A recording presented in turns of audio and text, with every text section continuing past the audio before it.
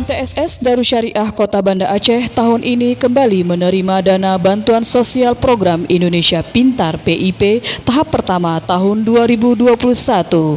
Tercatat 10 peserta didik menerima dana dengan total sebesar Rp7.500.000. MTSS Darus Syariah selalu melakukan koordinasi dengan kantor Kementerian Agama Kota Banda Aceh dalam melakukan proses pengajuan hingga pencairan dana bantuan PIP tersebut.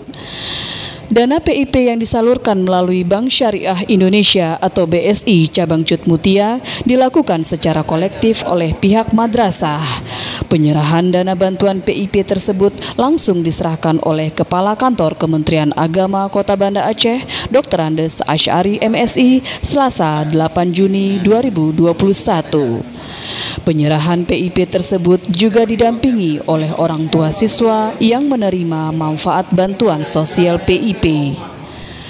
Kepala Madrasah MTSS Darus Syariah Kota Banda Aceh, Usman SPD, menyampaikan kepada penerima manfaat PIP agar selalu bersyukur atas apa yang sudah didapatkan dan agar dana tersebut dapat dimanfaatkan untuk kelangsungan pendidikan di madrasah. Dana tersebut juga jangan dilihat dari segi jumlahnya, akan tetapi keberkahannya. Saya Mutia Ratna Kemala, Tim Liputan Kemenak News Banda Aceh melaporkan.